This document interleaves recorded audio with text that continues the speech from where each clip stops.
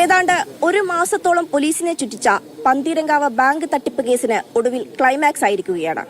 32 ദിവസങ്ങൾക്ക് ശേഷം പ്രതി ഷിബിൻ ലാലിൽ നിന്നും ബാക്കിയുണ്ടായിരുന്ന 39 ലക്ഷം രൂപയും പോലീസ് വീണ്ടെടുത്തു.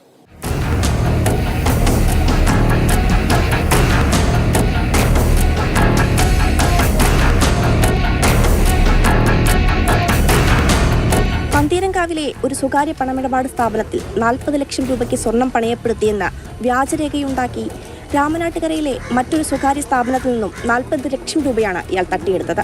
സ്വകാര്യ ബാങ്കിനെ തട്ടിച്ച് പ്രതി ഷിബിൻ ലാൽ അടിച്ചുമാറ്റിയത് 1/2 കോടിക്കടുത്താണ്.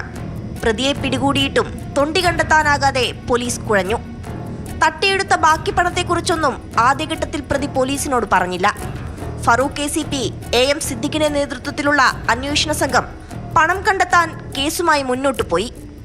പണം ഉൾപ്പെടുന്ന ബാഗുമായി ഇയാൾ ദൂരെയെങ്ങും പോയിട്ടില്ലെന്ന CCTV ദൃശ്യങ്ങളിൽ നിന്നുള്ള കണ്ടെത്തൽ അന്വേഷണത്തിന് വഴിത്തിരിവായി. ഒന്നാം പ്രതിനെ അറസ്റ്റ് ചെയ്ത് ഏതാണ്ട് 10ാമത്തെ ദിവസമാണ് നമ്മൾ 2-3 പ്രതികളെ അറസ്റ്റ് ചെയ്തത്. അപ്പൊ 2-3 പ്രതികളെ അറസ്റ്റ് ചെയ്ത സമയത്ത് നമുക്ക് കുറച്ച് ലീഡ് കിട്ടിയിരുന്നു, കുറച്ച് വിവരങ്ങൾ കിട്ടിയിരുന്നു. അതുകൂടാതെ നമുക്ക് ഏതാണ്ട് ഒരു 325-ൽ കൂടുതൽ CCTV ക്യാമറകൾ നമ്മൾ പരിശോധിച്ചു. കഴിഞ്ഞ ദിവസം ഒരു വിഷ്വൽ കിട്ടുകയാണ്, കൊണ്ടോട്ടി ഭാഗത്തുനിന്ന് ഒരു വിഷ്വൽ കിട്ടുകയാണ്. ആ വിഷ്വലില് ഈ പോകുന്ന ബൈക്കില് രക്ഷപ്പെട്ടു പോകാൻ സാധിച്ച, ഒന്നാം പ്രതിനെ രക്ഷപ്പെട്ടു പോകാൻ സഹായിച്ച ദിനരഞ്ജു എന്ന് പറഞ്ഞ ആളും ഒന്നാം പ്രതി ഷിബിൻ ലാലും പോകുന്നുണ്ട്. പക്ഷെ അതിൽ ബാഗില്ല. അപ്പൊ നമ്മള് ഒരു പ്രിസംഷൻ ഈ പന്തീരാങ്കാവ് ഭാഗത്ത് നിന്ന് ബാഗ് പുറത്തേക്ക് പോയിട്ടില്ല എന്നുള്ളത് മനസ്സിലായി. ഒന്നുകിൽ പന്തീരാങ്കാവുള്ള ആരുടെയെങ്കിലും കയ്യിൽ ഏൽപ്പിച്ചിട്ടുണ്ടാവും, അല്ലെങ്കിൽ പുള്ളി എവിടെയെങ്കിലും ഒളിപ്പിച്ചു വെച്ചിട്ടുണ്ടാവും. ആ അന്വേഷണത്തിനിടെയാണ് നമ്മളെ ബഹുമാനപ്പെട്ട സിറ്റി പോലീസ് കമ്മീഷണർ നാരായണൻ സാറിന് കിട്ടുന്നൊരു വിവരം. ഏതാണ്ട് 1.5 കോടിയോളം ബാധ്യതയുള്ള ഒന്നാം പ്രതിക്ക് അയാളുടെ ഒരു സ്ഥാപനത്തിൽ, ഒരു ഫിനാൻസ് സ്ഥാപനത്തിൽ, ഏതാണ്ട് 70 ലക്ഷത്തോളം ബാധ്യതയുള്ള ഒരു ഫിനാൻസ് സ്ഥാപനത്തിൽ ഒന്നാം പ്രതിക്ക് വേണ്ടിയിട്ട് ആരോ ഒരാൾ പോയി 35 ലക്ഷം രൂപ തന്നു കഴിഞ്ഞാൽ ഇത് സെറ്റിൽ ചെയ്യാൻ കഴിയുമോ എന്ന ഒരാൾ പോയിട്ട് അന്വേഷിച്ചു എന്നുള്ള നിർണായകമായിട്ടുള്ളൊരു തെളിവ്. അതിന് ഞങ്ങൾക്ക് മനസ്സിലായത് മിനിമം 35 ലക്ഷം രൂപയെങ്കിലും പ്രതിയുടെ കയ്യിൽ ഇപ്പോഴും ഉണ്ട്. പ്രതി ആരെങ്കിലും ഏൽപ്പിച്ചിട്ടുണ്ട്, അല്ലെങ്കിൽ പ്രതി എവിടെയെങ്കിലും ഒളിപ്പിച്ചിട്ടുണ്ട് എന്നുള്ളൊരു കൺക്ലൂഷനിൽ എത്താൻ കഴിഞ്ഞു. തെളിവുകൾ വെച്ച് പ്രതിയോട് ചോദിച്ചപ്പോൾ പ്രതിക്ക് മറ്റു വഴികളില്ലാതെ പ്രതി കുറ്റം സമ്മതിച്ചു. ഇന്ന സ്ഥലത്ത് ഞാൻ കുഴിച്ചിട്ടുണ്ട് എന്നുള്ളത് അന്വേഷണ ഉദ്യോഗസ്ഥനായിട്ടുള്ള SI പ്രശാന്തിനോട് കുറ്റസമ്മതം നടത്തി.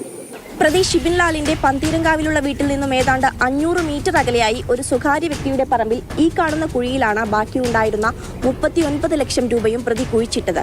നോട്ടുകൾ ഇവിടുന്ന് വീണ്ടെടുക്കുമ്പോൾ മഴ കൊണ്ട് നോട്ടുകളിൽ പലതും ദ്രവിച്ചിരുന്നു. നശിച്ചിരുന്ന അവസ്ഥയിലായിരുന്നു പോലീസ് നോട്ടുകൾ വീണ്ടെടുത്തത്.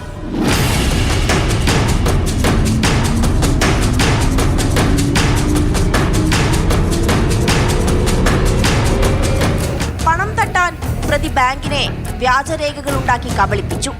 വീട്ടിൽ പോയിട്ട് വെരിഫൈ ചെയ്യുമ്പോൾ സ്വാഭാവികമായിട്ട് സാധാരണ രീതിയിലുള്ള ഒരു വീട്, അച്ഛനുണ്ടായിരുന്നു, ഭാര്യ ഉണ്ടായിരുന്നു, പിന്നെ ഇവരെ നൈബേഴ്സുമായിട്ട് നമ്മൾ എൻക്വയറി നടത്തിയിട്ടുണ്ട്. അതുപോലെ ഇവർക്ക് പരിചയക്കാരായിട്ടുള്ള 1-2 ആൾക്കാരോട് ചോദിച്ചിട്ടുണ്ട്. ഈ ഒരു കേസ് നടക്കുന്നതിന് മുന്നേ ഇയാൾക്കൊരു നെഗറ്റീവായിട്ടുള്ള ഫീഡ്ബാക്ക് തരാനുണ്ടായിരുന്നില്ല. അതാണ് ഞങ്ങൾ വിശ്വസിക്കാനുണ്ടായിരുന്ന കാരണം. അപ്പോൾ അതും പോരാഞ്ഞിട്ട് ഇയാളെ കുറിച്ചിട്ട് ഈ നാട്ടിൽ നിങ്ങൾ അന്വേഷിച്ചാൽ മതി, ഏറ്റവും നല്ല അഭിപ്രായം പറയുന്ന ഒരാളാണ് ആര് ചോദിച്ചാലും. അതായിരുന്നു ഞങ്ങൾ വിശ്വസിക്കാനുണ്ടായിരുന്ന കാരണം. കൃത്യം നടത്തി 3-ാം ദിവസം, അതായത് ജൂൺ 13-നാണ് പ്രതിയെ പോലീസ് പിടികൂടുന്നത്.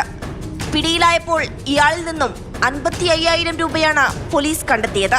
ബാക്കി പണം ബന്ധുവിന് നൽകിയെന്ന മൊഴിയും.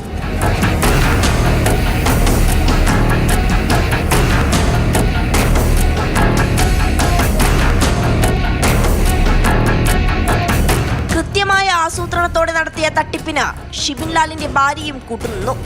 വ്യാജരേഖകൾ ഉണ്ടാക്കാനും ശ്രമിച്ചു. കേസിൽ 2ാം പ്രതിയാണ് ഷിബിൻ ലാലിന്റെ ഭാര്യ. തട്ടിയെടുത്ത പണവുമായി പ്രതിയെ രക്ഷപ്പെടാൻ സഹായിച്ച ബന്ധുവായ കുട്ടാപ്പി കേസിൽ 3ാം പ്രതിയും.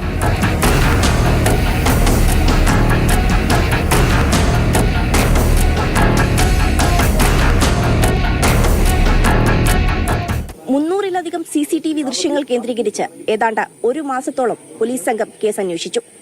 പലതവണ പ്രതി പോലീസ് സംഘത്തെ തെറ്റിദ്ധരിപ്പിക്കാനും ശ്രമിച്ചു.